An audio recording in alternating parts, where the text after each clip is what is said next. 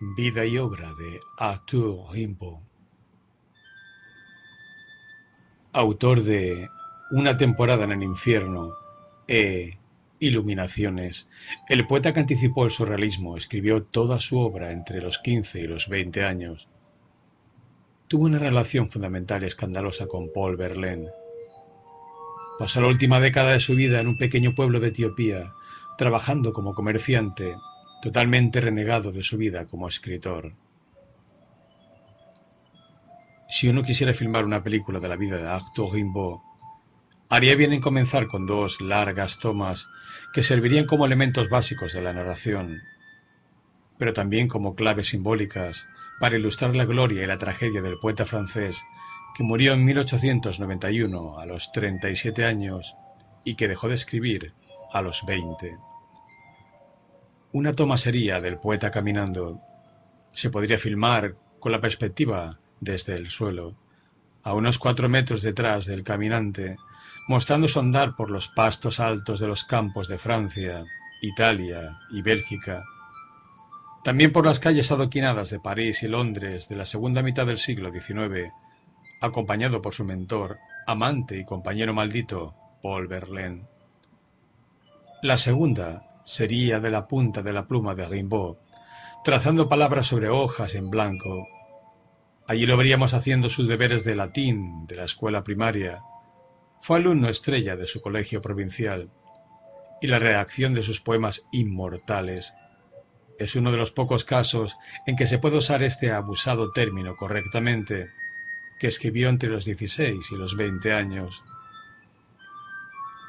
Con esa misma pluma, muchos años después, lo veríamos en el desierto de Etiopía, haciendo meticulosas cuentas de mercancías, cuando ya había renunciado a la literatura, como lector y como escritor, en un intento de ganar una fortuna como comerciante de armas, especias, café y algunos dicen esclavos, aunque los más responsables investigadores descartan totalmente esta hipótesis.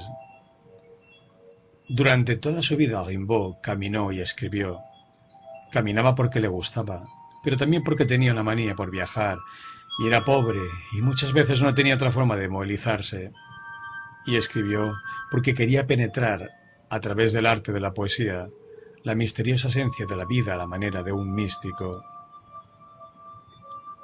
En 1871, cuando tenía 17 años, Rimbaud le escribió a su profesor Georges Isambard: Je es un autre.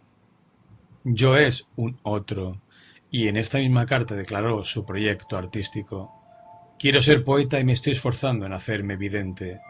Consiste en alcanzar lo desconocido por el desarreglo de todos los sentidos. Y yo me he dado cuenta de que soy poeta. No es en modo alguno culpa mía. En 1878, cuando tenía 24 años, un médico le dijo que por caminar excesivamente sus costillas habían desgastado las paredes de su abdomen. Acababa de hacer una caminata desde Bélgica hasta Italia 2 veces. Mientras que caminaba, o en los intervalos de calma, escribió versos cuyos contenidos y formas eran tan novedosos que no pudieron ser comprendidos hasta muchísimos años después de su primera aparición. Mientras escribía, quizá imaginaba viajes que, dada su pobreza, solo podía realizar a pie. Pero el impulso subterráneo y esencial de esas dos actividades, caminar y escribir, es un secreto inhallable que ningún biógrafo descubrirá. Las pasiones y frustraciones de Rimbaud, sus talentos y búsquedas, se pueden enumerar y describir, pero eso no es lo mismo que entender. Solo podemos mirarle la vida y la obra y especular. Entonces, estas dos tomas cinematográficas hipotéticas, el del caminante y del escribidor, sirven para indagar sobre los misterios de la vida de Rimbaud, que se pueden resumir en dos preguntas.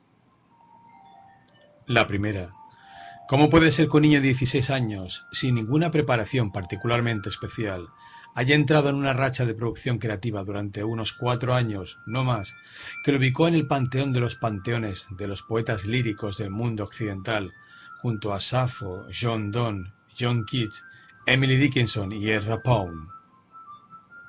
Y la segunda: ¿Cómo puede ser que semejante ángel de la palabra haya abandonado abruptamente, a los 20 años aproximadamente, la tarea de escribir, como si lo que hizo no hubiera significado nada? Por su rebeldía contra las normas de su tiempo, ha sido el ídolo de cantantes de rock como Patti Smith y Jim Morrison, y también de innumerables adolescentes lectores.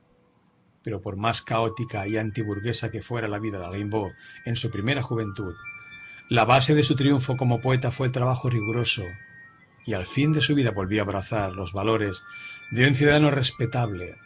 Su sueño era criar un hijo para ser ingeniero.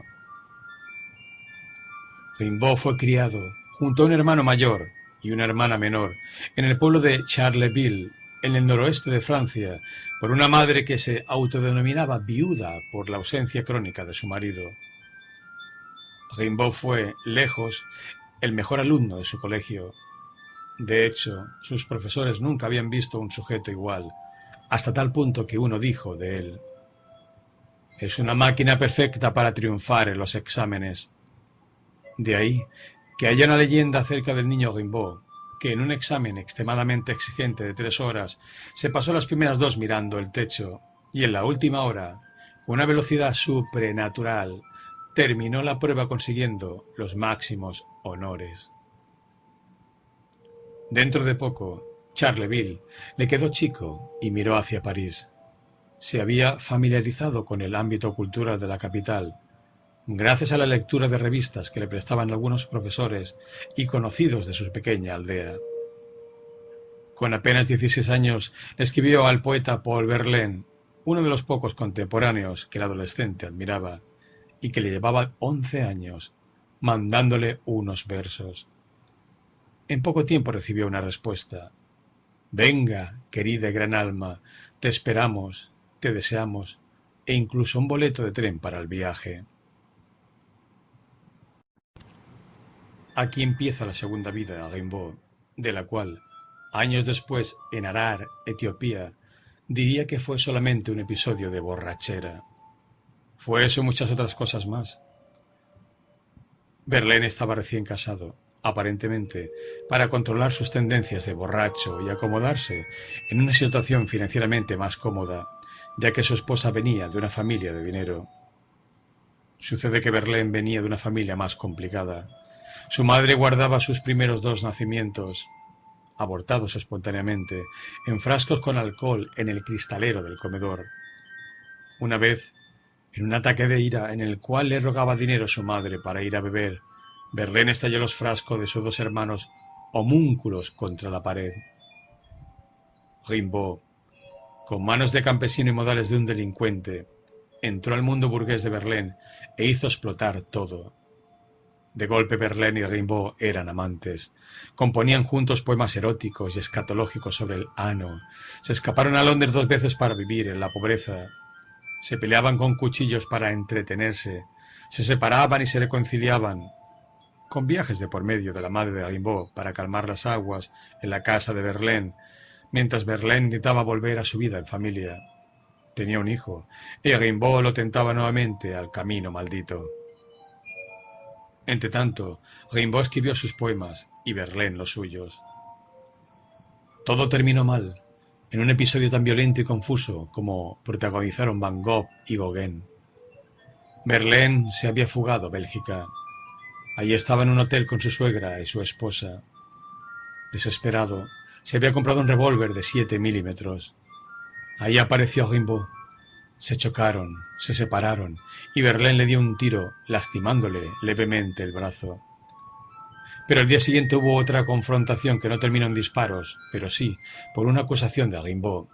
Llevó a la encarcelación de Verlaine por 2 años.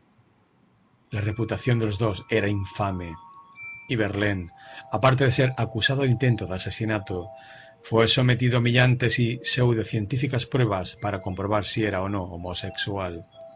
Le midieron la dilatación anal y la forma del pene. La homosexualidad era un acto criminal en ese momento, y el juez determinó que Verlaine era culpable. Nunca se vieron más, aunque después Verlaine fue fundamental en difundir la obra y reputación de Rimbaud. Rimbaud, por su lado, era despreciado en París. Los que lo conocían lo consideraban un criminal en el mejor de los casos.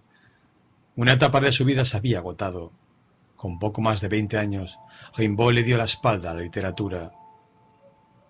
En una breve pero magistral biografía, Edmund White escribió: «Hay que enfatizar que Rimbaud se despidió de la literatura para siempre. No la escribió ni la leyó más.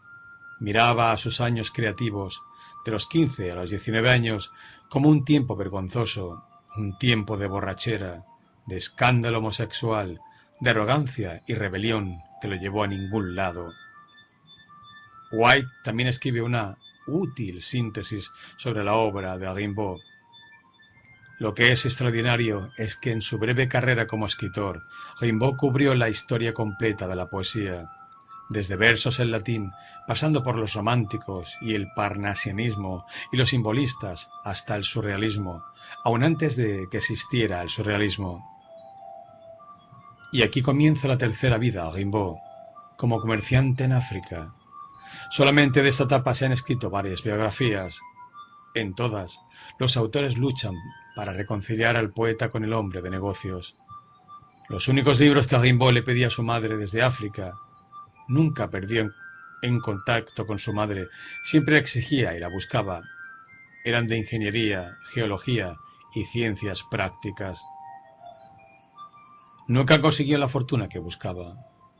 En las poquísimas ocasiones en las cuales fue recordado por su pasado como escritor, reaccionaba como si le estuvieran hablando de un extraño.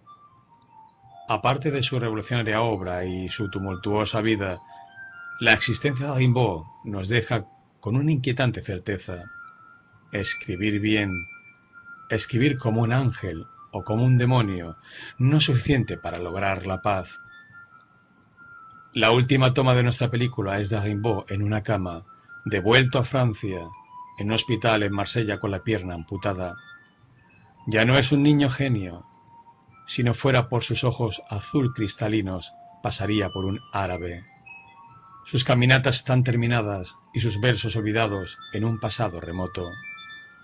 El hombre tiene 37 años y está terminado, al borde de la muerte. Sus botas y su pluma no le sirven más.